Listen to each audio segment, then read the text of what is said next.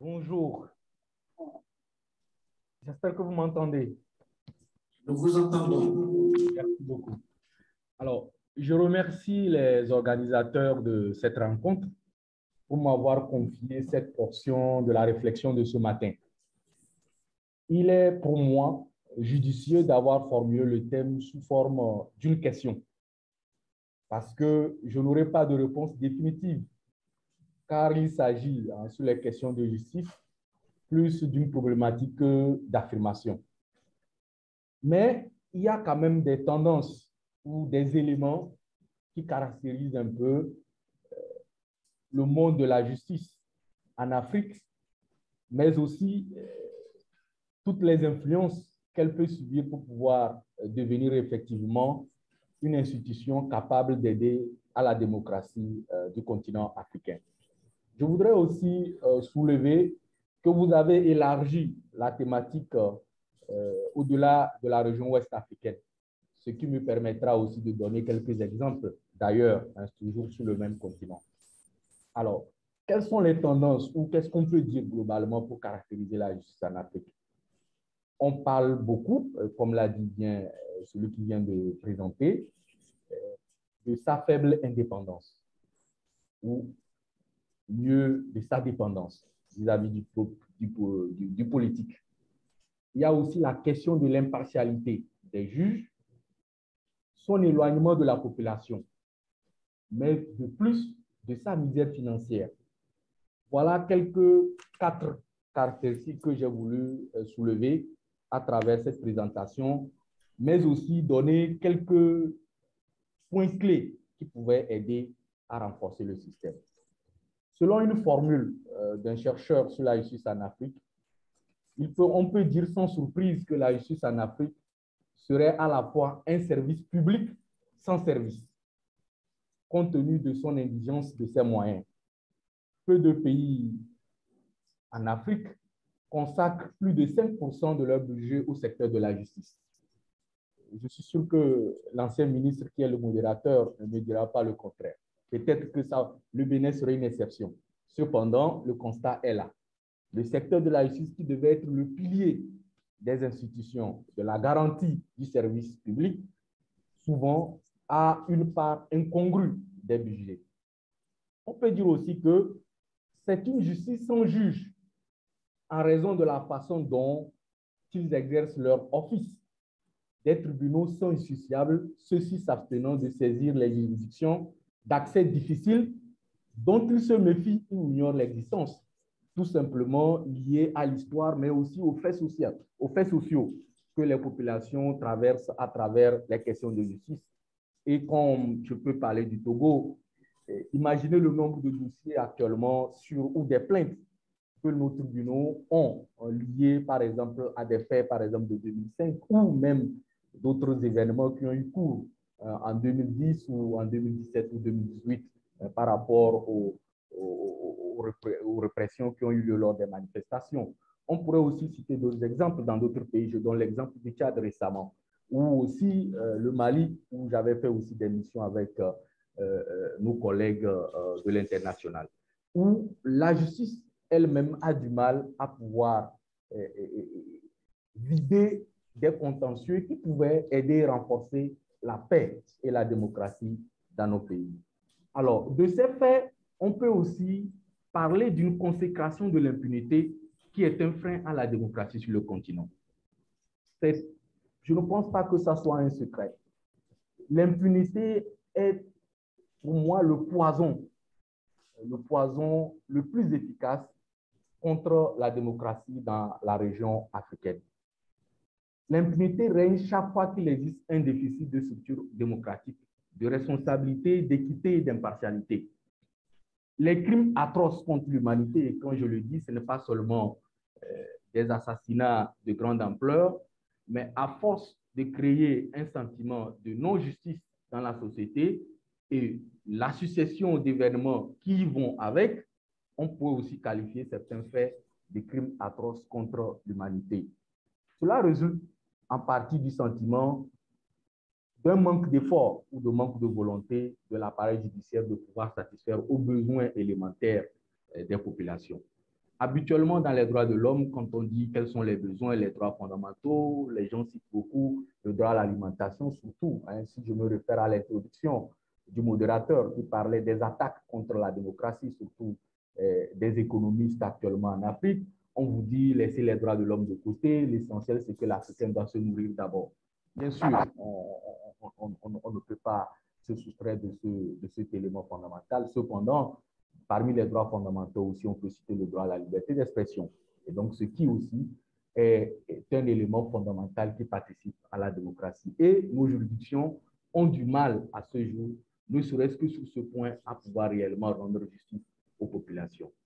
L'autre élément que je voudrais aussi apporter sur la justice, c'est la justice des vainqueurs. On peut aussi le dire. Après la question de l'impunité, il y a la justice des vainqueurs. Dans plusieurs pays, et je peux citer là le cas de la Côte d'Ivoire, après des événements de grave violation des droits de l'homme, ceux qui reprennent les affaires du pays fonctionnent comme si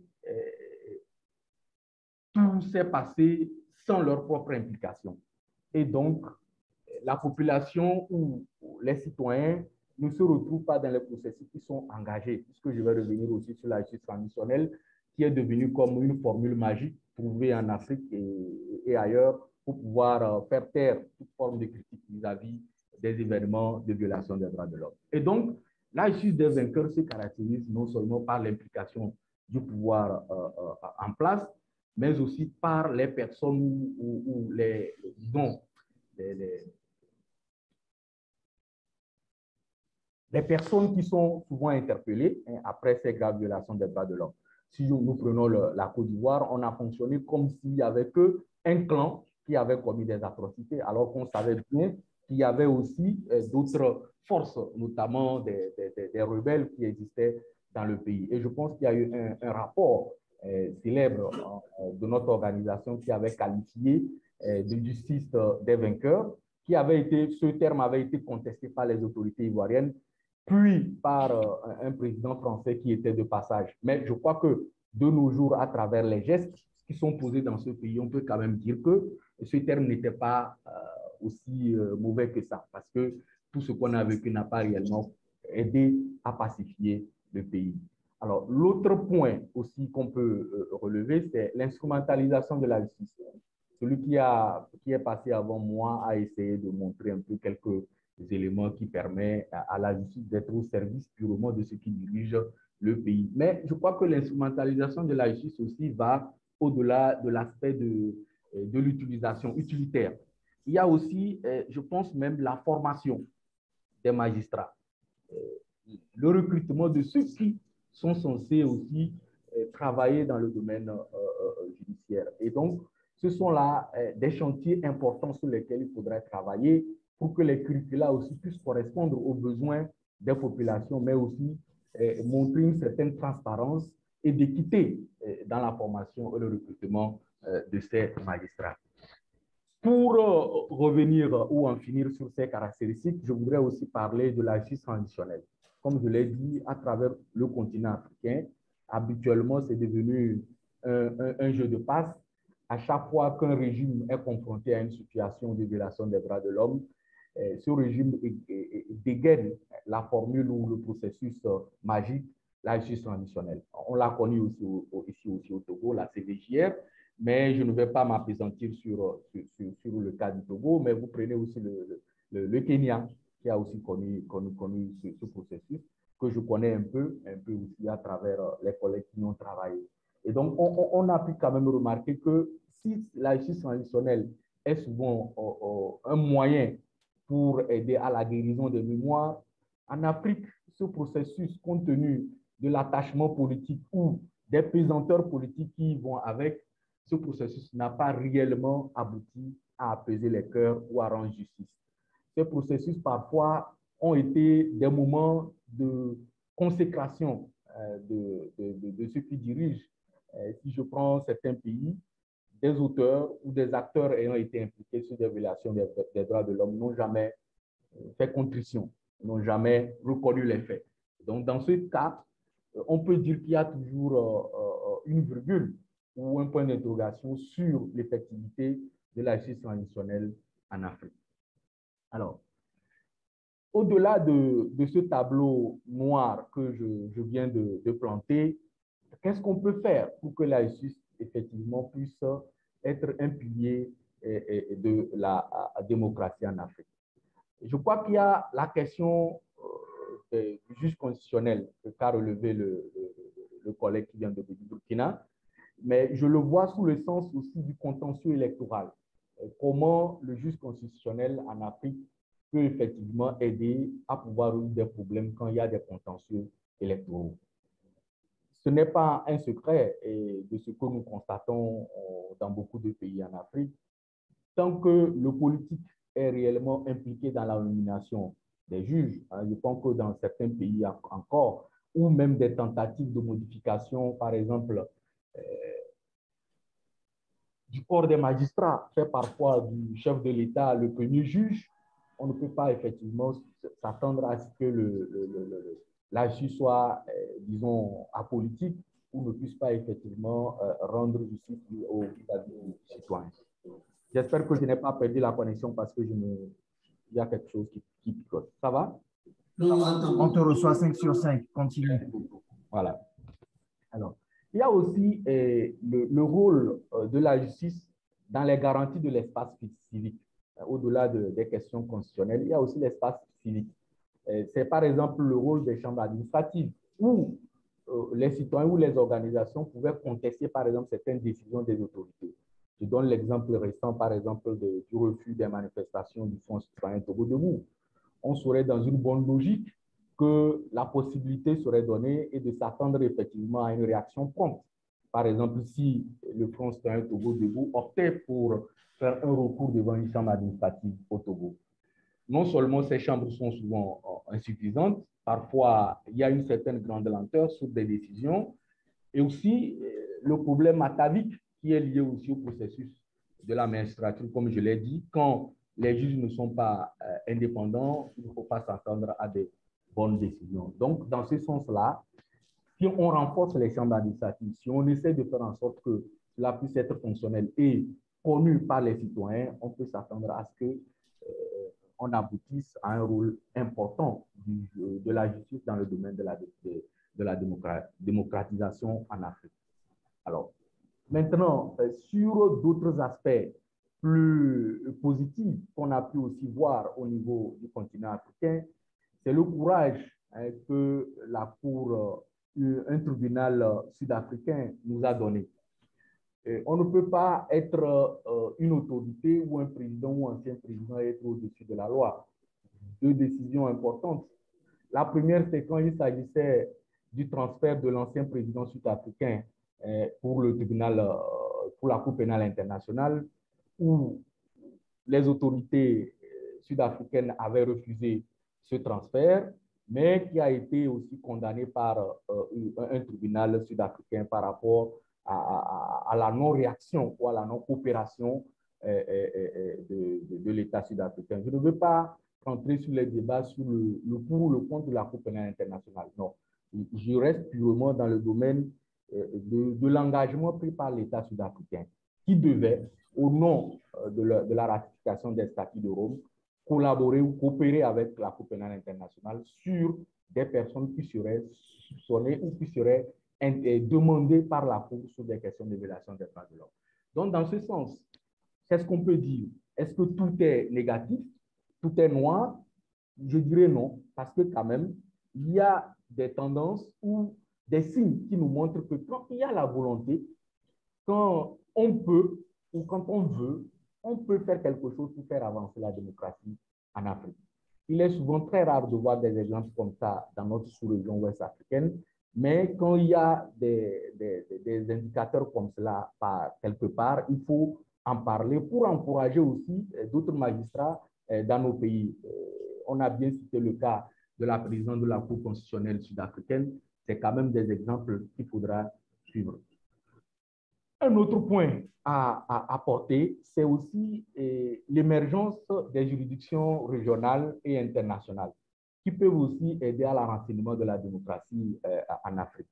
La Cour de CEDEAO, je pense qu'il y a une question dans la salle qui demandait que les États traînent à appliquer les décisions de la Cour de justice. Oui, Ça, il faut le reconnaître. Cependant, je pense que c'est une opportunité unique que nous avons, nous, citoyens de la région ouest africaine, d'avoir une juridiction qu'on peut saisir sans avoir fini l'ensemble des recours au niveau national. Je crois que qu'est-ce qu'on dirait, c'est une chance, parce que même au niveau européen, ce n'est pas évident d'avoir une telle opportunité. Donc, c'est de faire en sorte que cette cour soit mieux connue par les citoyens et de la rendre accessible pour le commun des mortels, ce qui est pour moi un ajout important pour le pilier de la démocratie en Afrique. Parce que qu'on soit dans un pays dictatorial ou en démocratie, il y aura toujours des questions de violation des droits de l'homme. Et donc, nous avons besoin de juridictions qui puissent nous entendre et nous expliquer ou nous donner des réponses qui soient un peu favorables au développement de la pluralité des opinions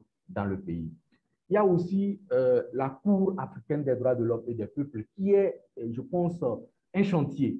On ne peut pas dire que ce n'est pas totalement achevé, mais c'est un chantier. Peut-être que c'est l'occasion pour moi de lancer un appel pour la mobilisation des activistes en Afrique. Je pense qu'on se mobilise beaucoup pour des coups d'État ou pour ou contre les coups d'État, mais il y a des institutions pour lesquelles on doit se mobiliser.